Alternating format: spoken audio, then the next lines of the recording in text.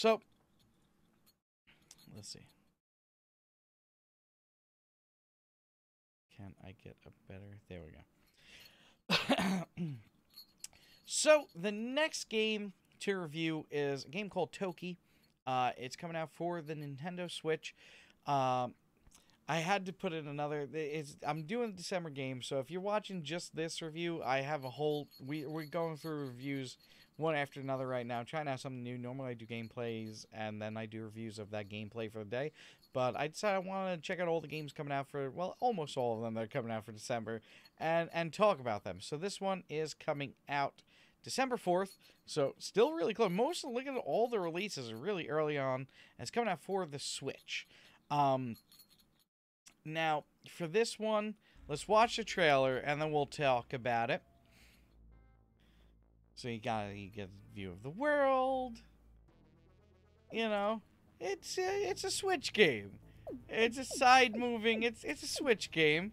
You know, kind of simple, simplistic, you know, a nice little fun knock-around game. Interesting animations, though. You know, interesting artwork. It definitely, I don't know, it doesn't have fully a children's look to it. Like, it definitely looks like a little bit more grown up, like the way he's standing and stuff, and looks a little bit more gritty to me than just a children's version. The look of a lot of these things is definitely a different type of artwork in this game, you know. But just like, what was the game from earlier? Beholder 2, no, not that one. Monster Boy and the Cursed Kingdom. Kind of side-scroll, fun gameplay from time to time, I'm sure. You know? I mean, who wouldn't want to play that? I would have been mad there. I would have been mad there. I do like that they're putting in, like, the death screens. You know, but what's interesting is it does have a very drawn look. Kind of like Cuphead. You know? There's definitely a drawn look to the animations and all the artwork here. Maybe not the backgrounds, but definitely the rest of the stuff I feel has a very drawn look to it, which is kind of cool. Like the characters, like even here you can see kind of like the drawings or like, you know, or whatnot here. So there's a retro Lecter edition, the collection edition here, and it's coming out with an arcade machine. Oh wow, for the Nintendo Switch. Oh, it looks like you just put the Switch into it. Okay. You just put the Switch into it. So this game is selling for $50 for the Retro Lecter edition, and then the Collector's edition, which is going to come with all that extra stuff here. Retro Lecter edition, exclusive prints. So Toki game for Nintendo Switch, so you get that. But do you get all of this too for the Retro Lecter? It doesn't look like it here. Maybe. So $50. I think you're paying a lot more for the comic book and all the side stuff. I think that's how they're trying to maximize what they can make off of this game. I think it's definitely an interesting move. You know, I can understand, you know, Microids probably, you know, maybe they want to make some bigger games in the future, so make something extra on this one and then make more in future, because really, how much is this little thing here, the arcade machine, costing? It's not like it's a real arcade machine. It's just made out of what looks like cardboard or whatnot. You know, the comic book and everything else you see here, some drawings and stuff. You know, kind of cool. I don't really know anything about Toki, if it's something that's been around for a while. Is a 1989 shoot-'em-up platform arcade game. Really? Japan Tad Corporation. Fabtech. Arcade game and the Sega Genesis. Okay. Yeah, I could see this being Sega Genesis. Oh, there you go. There you go. See more images. Wow. Oh, so it was on Nintendo also. Ah, okay. I see. I see. You see the gameplay there. All right. So it's like a new version of an old game That's not bad. That's not bad.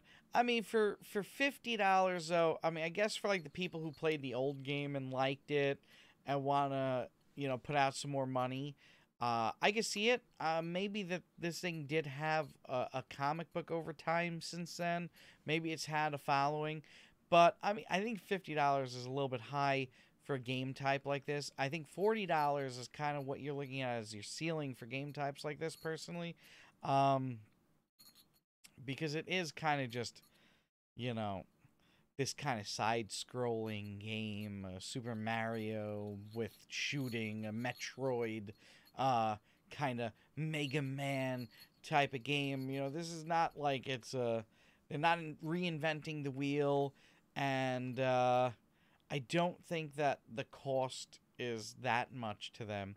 So I think that that's why they throw in uh, all this collector's edition stuff that really, I mean, this probably, all of the stuff you get here is probably costing them maybe $5 to create out of the whole cost. And that's like on the high side, I'm guessing, you know, for all of this per unit, you know. So if it's a $40 game and then you're paying 50, so they try and get a little bit more per unit sold for this type of thing. Now, let's see if there's a regular version, though. Toki Nintendo. Okay, so $30. All right, so you do at least have the option to not spend $50. You can get it for $30. So that's great. Great. $30, boom. You got me. $30, I would play it. I would play it. Looks kind of cool. Little interesting animation to it. I wonder how they chose this type of animation, this type of artwork. You know, this definitely looks like, if this was a cartoon, I would definitely watch it. This looks like more of a grown-up style of drawing. It almost looks like something like from like maybe a White Zombie kind of drawing art style. You know, like a heavy metal kind of art style. I wonder, it did say whose drawings it was. Philippe Desolé. Let's see. Felipe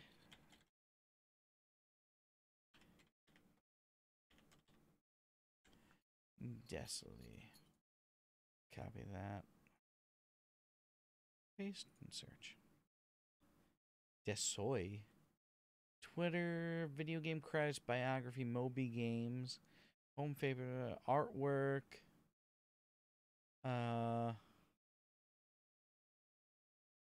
Part 1, Goldorak. Whip Goldorak. IMDb. Here we go. Mr. Nuts, video game producer.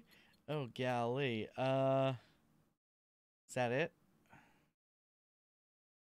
She worked on Mr. Nuts. Let's see. Cute squirrel wearing cap, vest, gloves, and shoes ventures through perilous worlds before taking on nefarious, abominable snowman. Okay. Says same thing. I've never seen Mr. Nuts. I've never even heard of anything called Mr. Nuts. Let's see. Gameplay. Oh wow, this has to be like a Sega game. Yeah, SNES. An hour 21. Okay. Get him.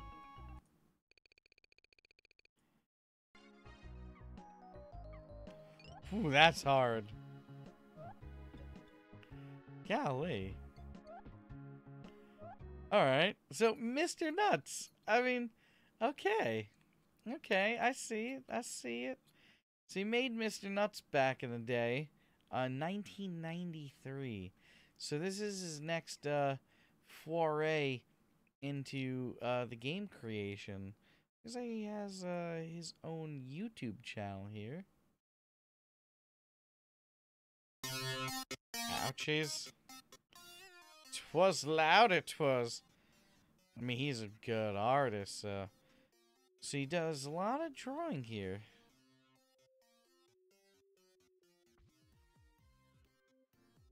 Illustrator, animator.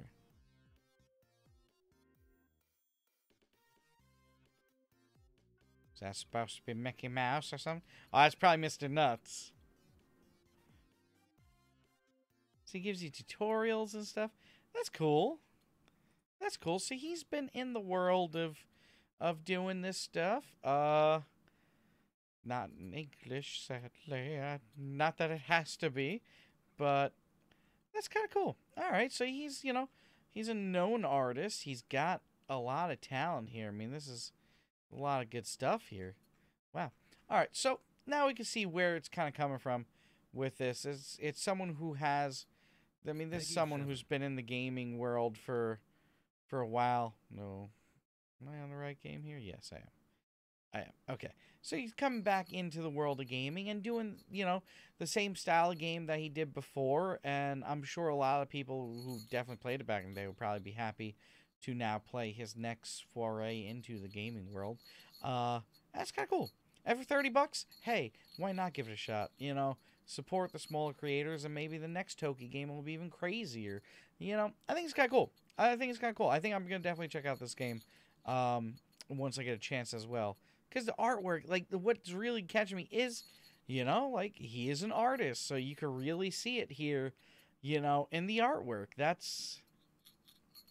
It's playing something with a visual that you haven't really seen before, I think is a lot of the enjoyment, is a lot of the fun for me. So that's what I think about this game. I think it looks kind of cool. Toki, it looks kind of cool. Check it out if you want. If you got 30 bucks. Also, yet again, another great stocking stuffer, I think, for the nieces, the nephews, or maybe the people you don't want to spend $60 on, but you want to give them a nice little game that they can play from time to time. Toki coming out for the Switch. I think this is a perfect type of game for the Switch. Perfect. I mean, you can play this anywhere. I don't even think you'll probably even need Wi-Fi for this. You can just play this anywhere. If you're on the bus, you're at school or whatnot, and in between classes.